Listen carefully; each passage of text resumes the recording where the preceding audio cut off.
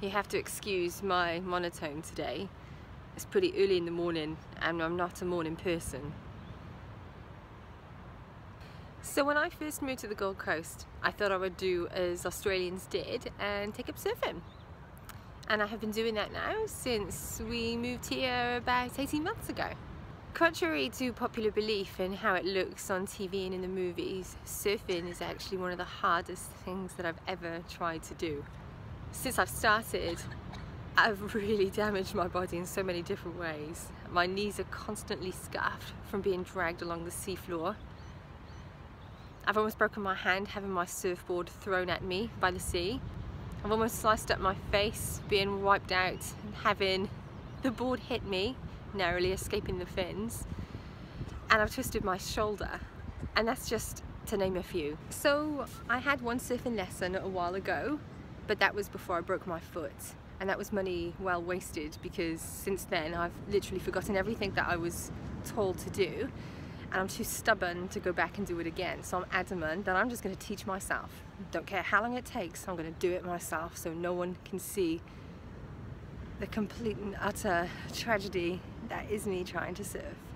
Me and surfing looks like me sitting next to my board for 5 minutes, overwaxing my board, plucking up the courage to try and find a place to get into the sea.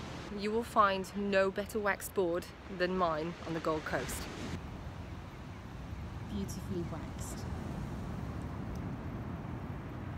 100,000 layers of nervousness. I then stand at the water's edge with my board, looking out for ages, just trying to find the right place to get out. To anyone else, I probably look like I know what I'm doing, but actually, I'm thinking, shit. How do I get out there? I always, without fail, trip over my leash. It happens every freaking time that I pull out this board and I try to walk on the beach. I don't know why. Is it because I'm too short? Is it because I'm shit? Or does it happen to everyone as much as it happens to me? So I got back into the water about a month ago, 6 weeks ago after breaking my foot, and I noticed immediately that my confidence had really taken a hit. I literally had to start all over again, and whereas before I was just about standing up, now I've kind of let myself go after breaking my foot, and so it's harder to get up than it was before. And I've also been left with a sense of vulnerability that I didn't have before as well. And I think one of those things that really concerns me when I'm out on that water, especially on a calm day, are sharks. It's okay when the water's quite busy and you're sort of doing things like trying to surf and trying to stand and you're being washed around, but on the calm days, a bit like it is today, when you're out there by yourself, you suddenly become conscious of the noise that you're making and the fact that your extremities are dangling into the water, and that's sort of when you begin to think, oh shit, I'm all alone and there's no other choice here. If a shark wants to come along, I'm it. I just hope that they can sense that my favourite movie is Jaws and they'll know not to touch me. So at the moment, I'm just working on my paddling again, having to start from scratch, and it's okay. That's probably, apart from waxing my board, the only thing that I can do fairly decently.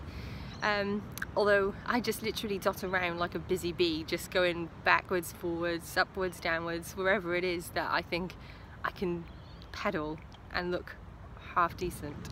And I can even sit up on my board now, which for me is a big goal that I've achieved, as long as I hold on. If I try and sit up and try and do any of those cool looking sit up, touch the sky, touch the sun moves, I fall off and look like a twat.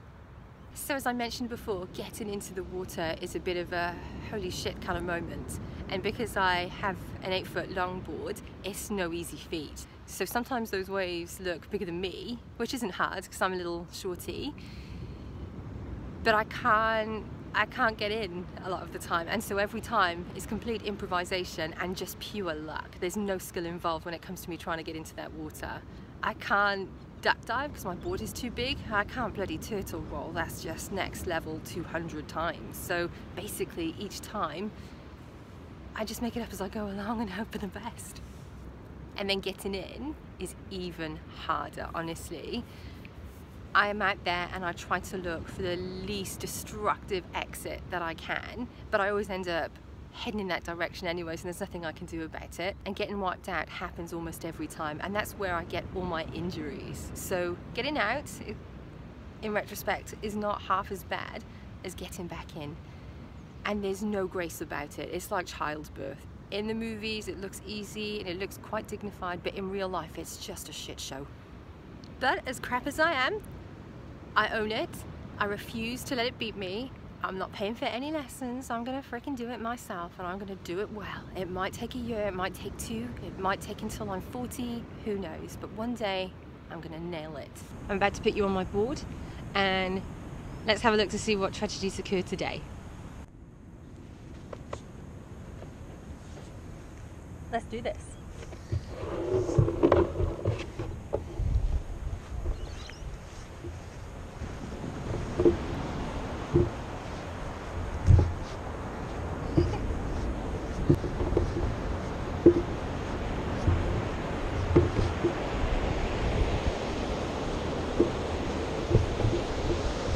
I got my bloody sunnies.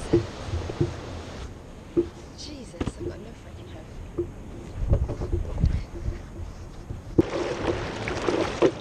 Hey!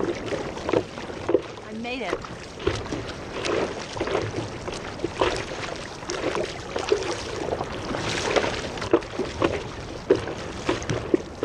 See, this is the bit where I look okay.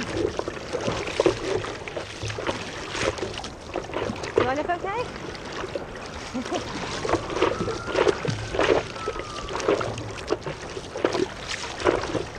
So you can literally see to the bottom,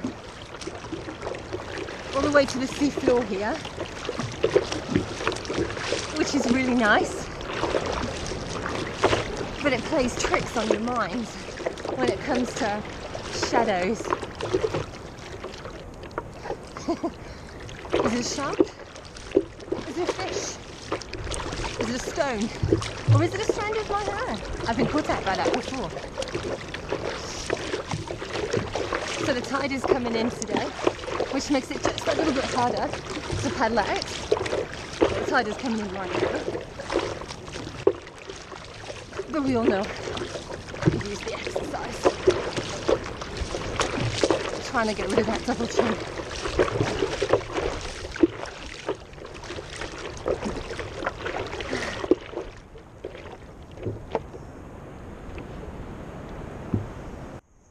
Isn't that just glorious?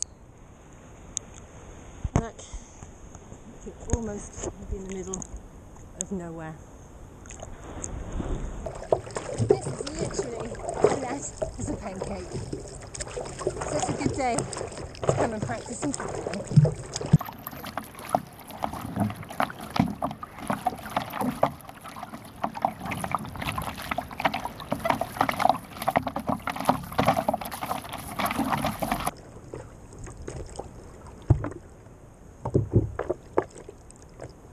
Sorry, I thought I saw a fin. It's a seagull.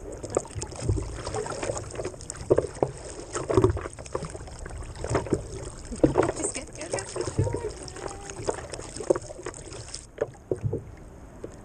So it's been 20 minutes and not even a little wave. But that doesn't really matter right now, because this is just what I needed after a long week at work. Soon we're going to start going in, and now is the time where you've got to try and find the least dangerous points of exit on the beach.